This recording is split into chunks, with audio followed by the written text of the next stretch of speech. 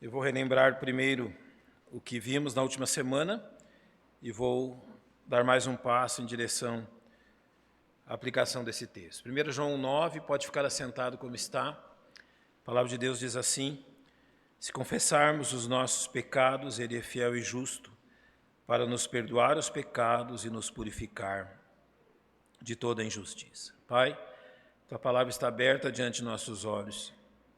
Confiamos na ação do Teu Espírito a alimentar a nossa alma através dessa preciosa verdade. E assim, nessa dependência, nós rogamos em nome de Cristo. Amém. Deixa eu lembrar como primeiro nós tratamos os versos 5, 6, 8 e 10.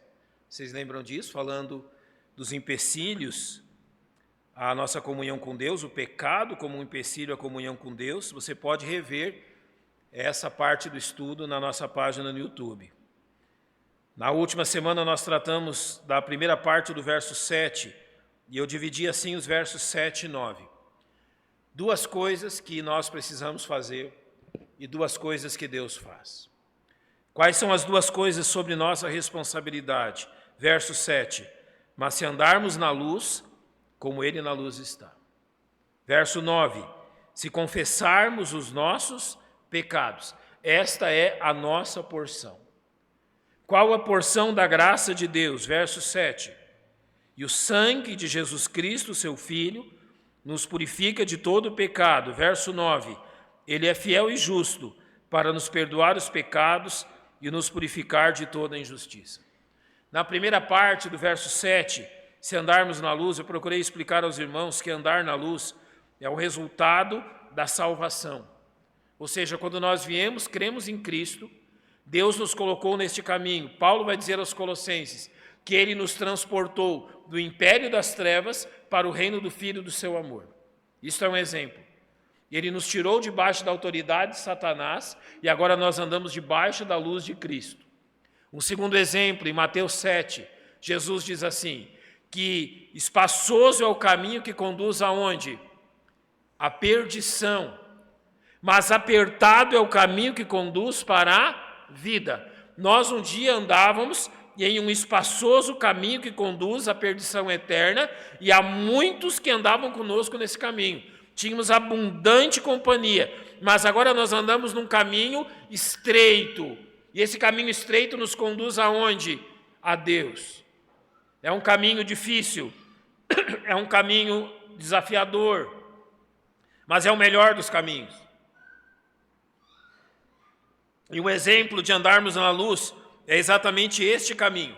Então, se você conhece ao Senhor Jesus Cristo como seu Salvador, você está andando na luz. Você jamais voltará a andar nas trevas. Você jamais voltará a andar longe de Jesus Cristo. E eu leio aquilo que Paulo diz na carta aos Efésios, capítulo 5, a partir do verso 8. Porque noutro tempo erais trevas, noutro tempo, no passado, esse passado não voltará mais, mas agora, hoje, sois luz no Senhor, andai como filhos da luz. Ou seja, vocês pertencem a Cristo, manifestem isso. Verso 9, porque o fruto do Espírito está em toda bondade, justiça e verdade. O que caracteriza isto? Aprovando o que é agradável ao Senhor. Então, o que fazemos enquanto andamos nesse caminho? Verso 11. Não comuniqueis com as obras infrutuosas das trevas, mas antes condenai-as. Irmãos, não há na nossa vida algo parecido como algo que eu vou dizer-lhe agora. Andamos na luz durante 11 meses do ano. E entre o final de dezembro e o começo de janeiro, eu vou tirar férias do caminho da luz e eu vou visitar o caminho das trevas.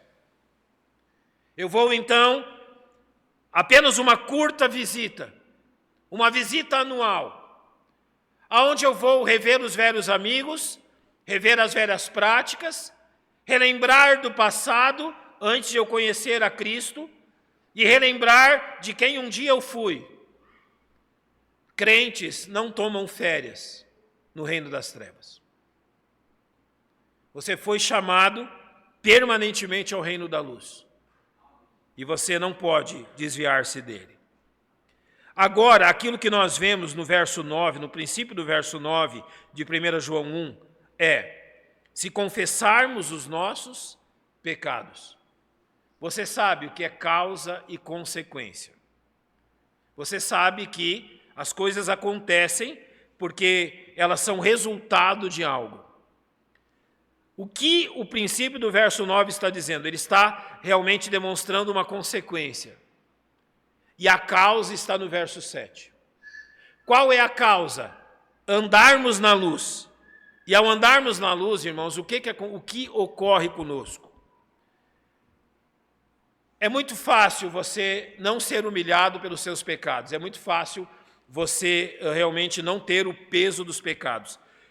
Aquele exemplo que eu uso, se você tomar um saco de cimento de 50 quilos e colocar sobre o peito de um cadáver, ele vai reclamar? A gente espera que não é? Que nada aconteça. Agora, qualquer um de nós tome um saco de cimento, deite-se no piso e coloque o saco de cimento sobre o seu peito. Você vai ter dificuldade de quê? De respirar. Se você não queria ter essa dificuldade, basta você permanecer morto.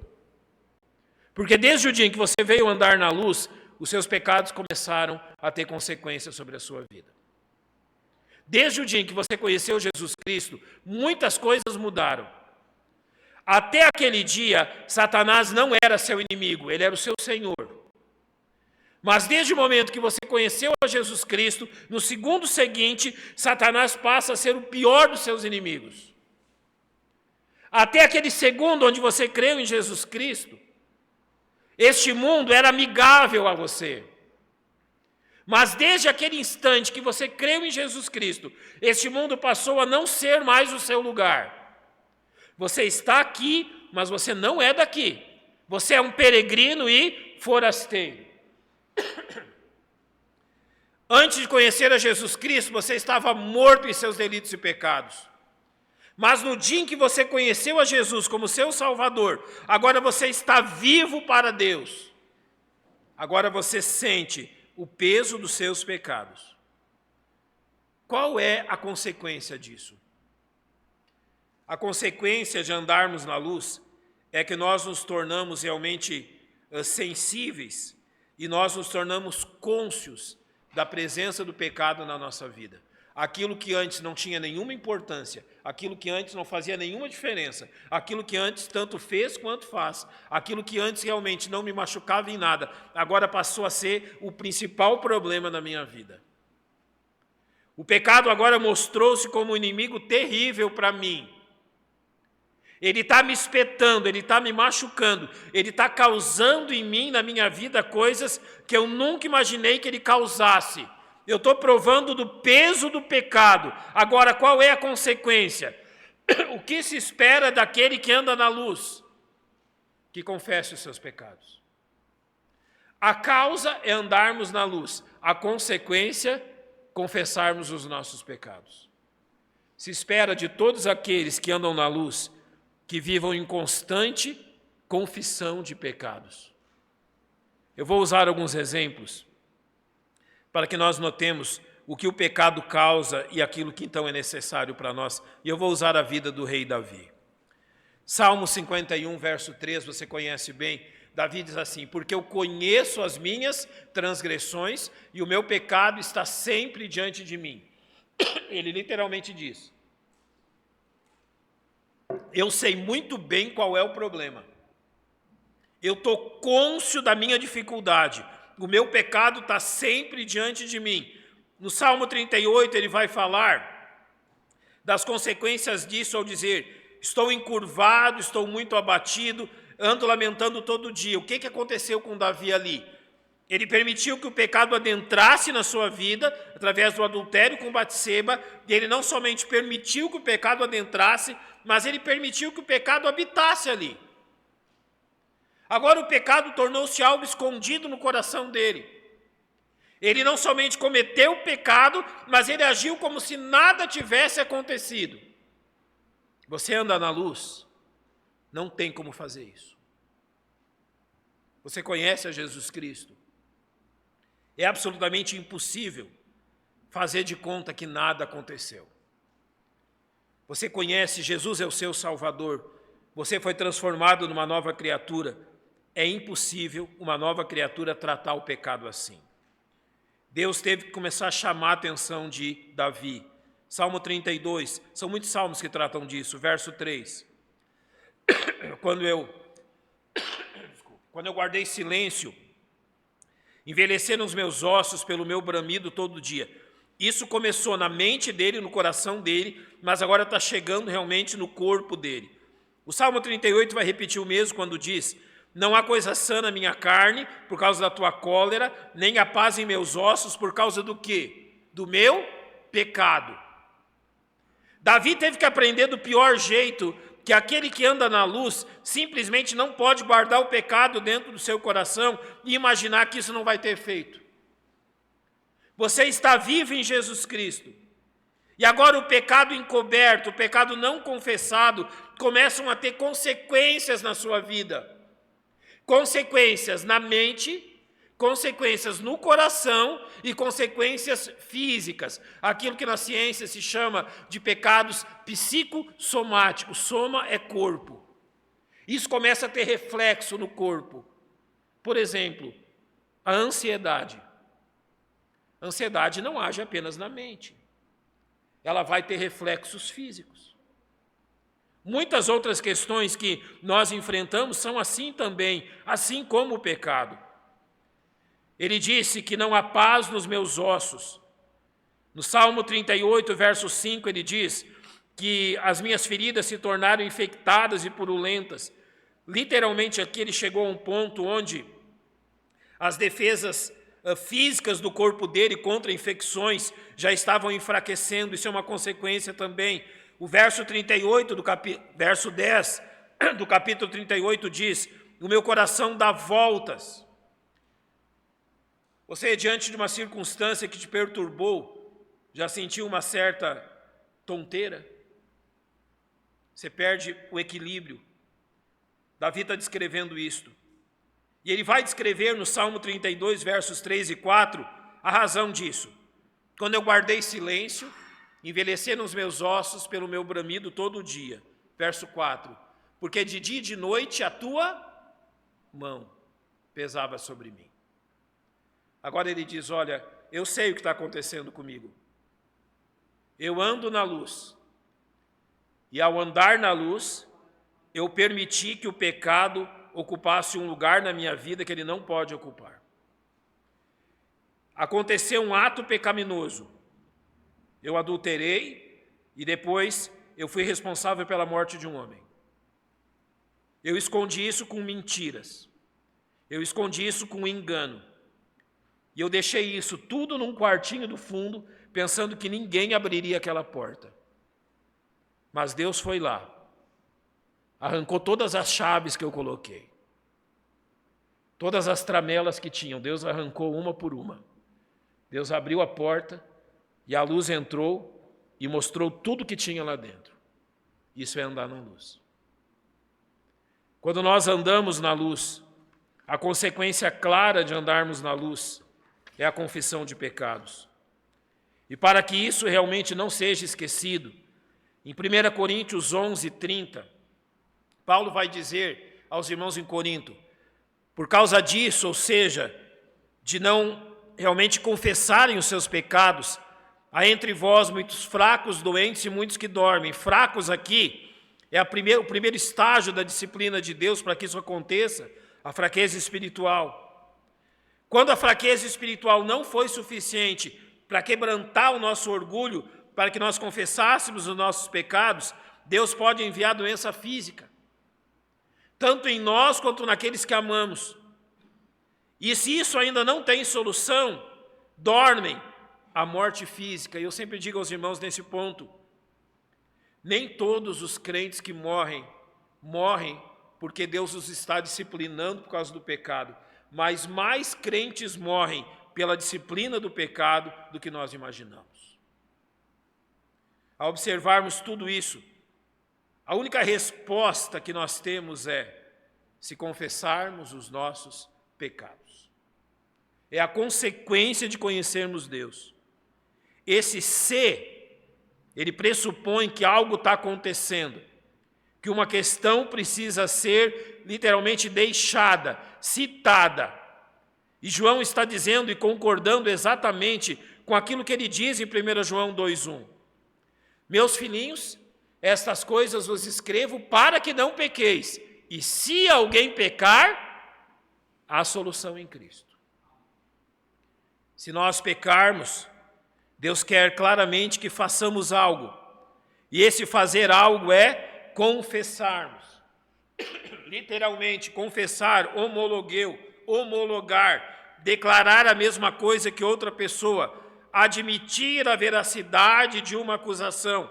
O que é o confessar? É dizer, Senhor, o Senhor está certo.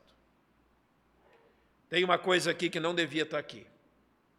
Tem algo aqui na minha vida que não devia ter acontecido e aconteceu, e que eu deixei do jeito que está, porque simplesmente eu considero que se eu for tratar disso aí, a bagunça vai ser muito maior. E Deus tem que nos convencer que a bagunça é muito maior quando nós deixamos aquilo parado ali no nosso coração.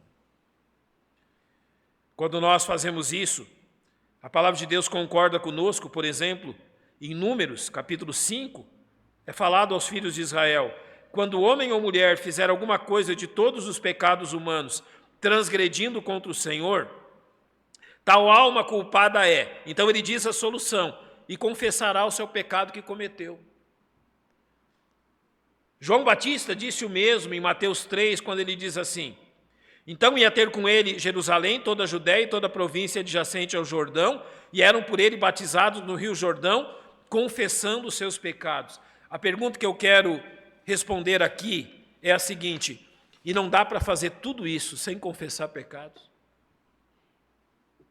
Não dá para vir a Deus e a gente tratar dessa coisa de uma outra forma? A resposta é muito clara: não. Não há como.